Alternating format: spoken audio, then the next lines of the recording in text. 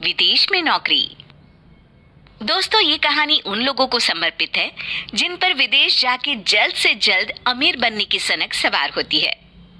अरे भाई Vinod, suit boot क्या बात है, इतना तैयार होकर कहाँ जा रहे हो? एयरपोर्ट जा रहा हूँ, मेरी विदेश में नौकरी पक्की हो गई है। ओह, विदेश मतलब नेपाल ना? ओहो, अच्छा, इसका मतलब तुम नेपाल जा रहे हो नौकरी करने? छोटे लोग, छोटी सोच। अरे मैं साउथ अफ्रीका जा रहा हूँ, यहाँ से 10 गुना तनख्वाह पर। चलो हटो भी, मुझे देर हो रही है। ये सुनकर चेलाराम की आंखें फटी की फटी रह जाती है। अगले दिन चेलाराम की पत्नी आग में घी डालने का काम करती है। आप भी अपने दोस्त की तरह विदेश में नौकरी क्यों नहीं करते? लल्लू राम बन के कब तक यहाँ मामूली से नौकरी करते रहोगे? यहाँ की थोड़ी सी कमाई में मुझे हमारा तो कोई भविष्य नहीं दिखाई देता। हाँ, तुम ठीक ही कहती हो। उसी शाम चेलाराम के पिताजी कहते हैं, क्या कहा, विदेश जाएगा? अरे तेरा बाप भी कभी विदेश गया था क्या? इसीलिए तो मैं जाना चाहता हूँ पिताजी। अरे नालायक, मैं अपनी जिंदगी में तेरे जैसे बहुत से नमूने देख चुका हूँ। तू लोगों की हवाई बातों में आकर कोई ऐसा फैसला मत कर देना कि बाद में तुझे ही पछताना पड़े। क्या पिताजी, आप भी पैसे वाला बनना है तो पैसे वालों के बीच रहना तो पड़ेगा ना। अपने देश में गरीबी के सिवा रखा ही क्या है? यहाँ तो लोग सिर्फ जिंदगी काट रहे हैं, मुझे तो जिंदगी जीनी है। अरे बहू, अब तू ही समझा इस नालायक को। अब बाबूजी, इन्होंने विदेश जाने का फैसला करके ठीक ही तो किया है। अरे आप बेकार में अपना सर खपा रहे हैं, ये दोनों मिले हुए हैं, समझा के कोई फायदा नहीं। थोड़ी देर बहस के बाद चेलाराम के पिताजी बेटी की जिद के आगे हार जाते हैं। जल्दी से विदेश चलने की तैयारी कर लीजिए और वहां जाकर ना मैं भी नौकरी कर लूंगी, फिर तो हमारी कमाई दुगनी हो जाएगी। इस तरह चेलाराम अपनी पत्नी और बेटे को लेकर विदेश चला जाता है। चेलाराम को एक कंपनी में किसी तरह नौकरी मिल जाती है। ये देखो कितना बड़ा घर है चेलाराम, तुम यहाँ आराम से रह सकते हो, यहाँ तुम्हें कोई तकलीफ नहीं होगी। अरे ये अंग्रेज हिंदी कैसे बोल रहा है? अरे हिंदी चैनल है तो हिंदी ही बोलूंगा ना।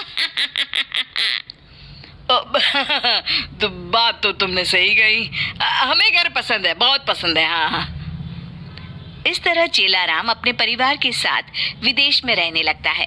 लेकिन कुछ दिनों के बाद ही चेलाराम का सच्चाई से सामना होने लगता है। घर के काम करने के लिए वो एक काम वाली बाई को बुलवाते हैं। हाँ तो रीटा बाई, तुमने सारा घर देख लिया ना, कल से तुम यहाँ काम पे आ जाना। अच्छा, तुम तनख्वाह कितनी लोगी? अब जो सबसे लेती हूँ वही आप भी दे देना।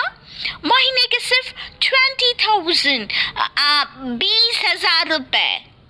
बाप रे, 20,000 रुपए? दिमाग खराब हो गया है क्या? अरे इतने रुपए में तो हमारे इंडिया के मोहल्ले की सारी बाइयों को काम पर रखा जा सकता है। इसीलिए तो वो इंडिया है और ये अमेरिका। मैं तो महीने के 20,000 ही लूंगी, मंजूर हो तो यस बोलो। नहीं, माफ करना, हमें बिल्कुल मंजूर नहीं है। तुम जा सकती हो, हमें दूसरे खर्चे भी तो देखने हैं। इस तरह बच्चों को संभालने के साथ साथ घर के सारे काम गौरी को ही करने पड़ते हैं। दूसरी तरफ कई कोशिशों के बावजूद भी गौरी की नौकरी नहीं लगती।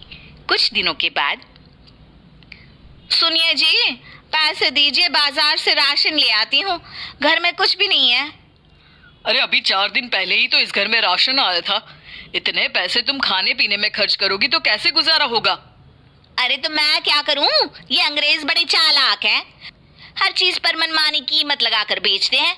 यहाँ सब्जियों के दाम तो आसमान छू रहे हैं। अरे जो गन्ने अपने देश में 20 रुपए में मिल जाते हैं, यहाँ उन पर स्टिकर लगाकर ये लोग 200 रुपए में बेच रहे हैं।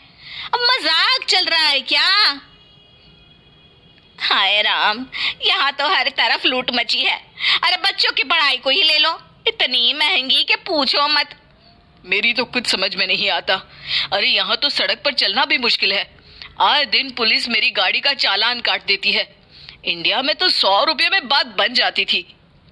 तभी दरवाजे पर मकान मालिक हैरी आ जाता है। चलो राम, आज एक तारीख है, इस घर का किराया निकालो, पूरे 30,000, 30,000 रुपए। अरे हैरी, ये तुम क्या कह रहे हो?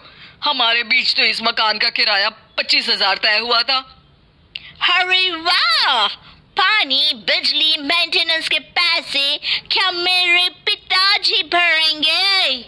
सीधी तरह 40,000 निकालो, वरना ये घर अभी के अभी खाली कर दो, समझे? पैसे देने के अलावा चेलाराम के पास और कोई रास्ता नहीं होता। आखिरकार उसे पैसे देने पड़ते हैं। धीरे धीरे पैसों के अभाव में उनके घर का बजट बिगड़ता चला जाता है और छोटी छोटी चीजों के लिए भी उन्हें तरसना पड़ता है। बस बहुत हो गया, मैं तो इस जिंदगी से तंग आ चुका हूँ। अरे यहाँ 10 गुना कमाई है तो क्या हुआ, खर्चे भी तो 20 गुना है। अपने देश में काम करके थोड़ी बहुत बचत भी हो जाती थी, यहाँ तो उसकी भी कोई गुंजाइश नहीं है। आप ठीक कहते हैं जी, अपना देश अपना होता है। कम कमाई ही सही, लेकिन अपने परिवार के साथ रहने का सुख तो मिलता है। इस तरह चेलाराम हिंदुस्तान वापस लौट आता है।